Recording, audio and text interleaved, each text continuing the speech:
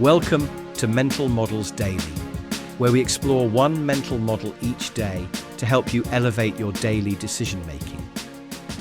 Today, we're examining a fascinating psychological drive that affects our decision-making, the tendency to want to do something, also known as action bias.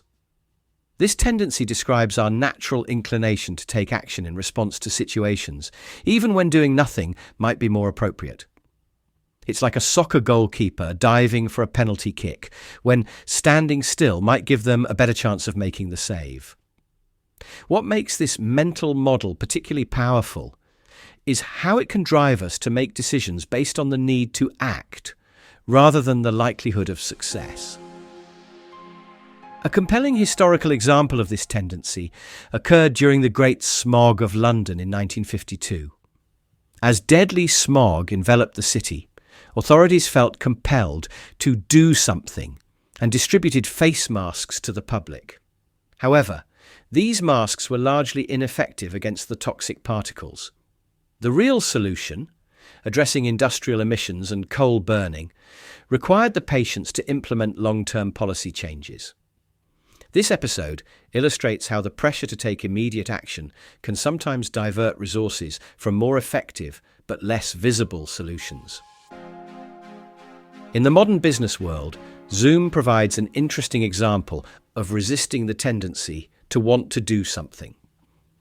During the early days of their growth, while competitors rushed to add features and expand into new markets, Zoom maintained a laser focus on video conferencing quality and reliability. When pressured to diversify or add trendy features, they often chose inaction over action.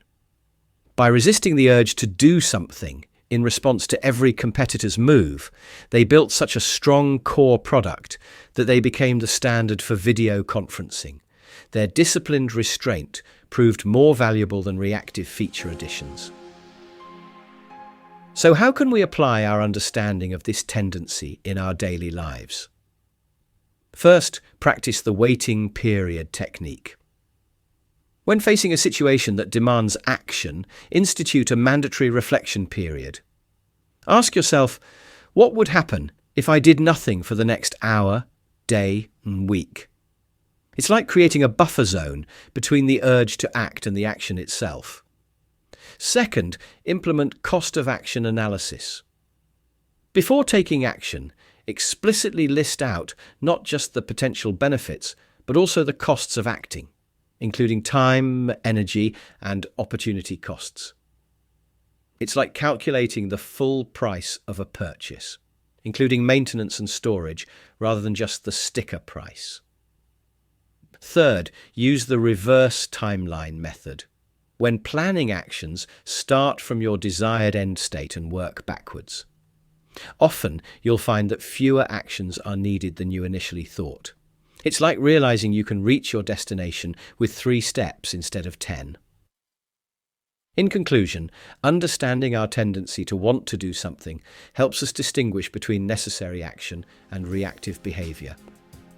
By recognizing how this bias can drive us toward unnecessary or counterproductive actions, we can make more thoughtful choices about when to act and when to observe. In a world that often demands immediate action, this mental model serves as a crucial reminder that sometimes the best thing to do is nothing at all. Thank you for joining me today on Mental Models Daily. Until next time, may your actions be purposeful, your patience be strong, and your restraint be wise. For more mental models, please visit mentalmodelsdaily.com or find us on X or Instagram. Our podcast music was provided by the podcasthost.com and Alitu, the podcast maker. Find your own free podcast music over at thepodcasthost.com/free music.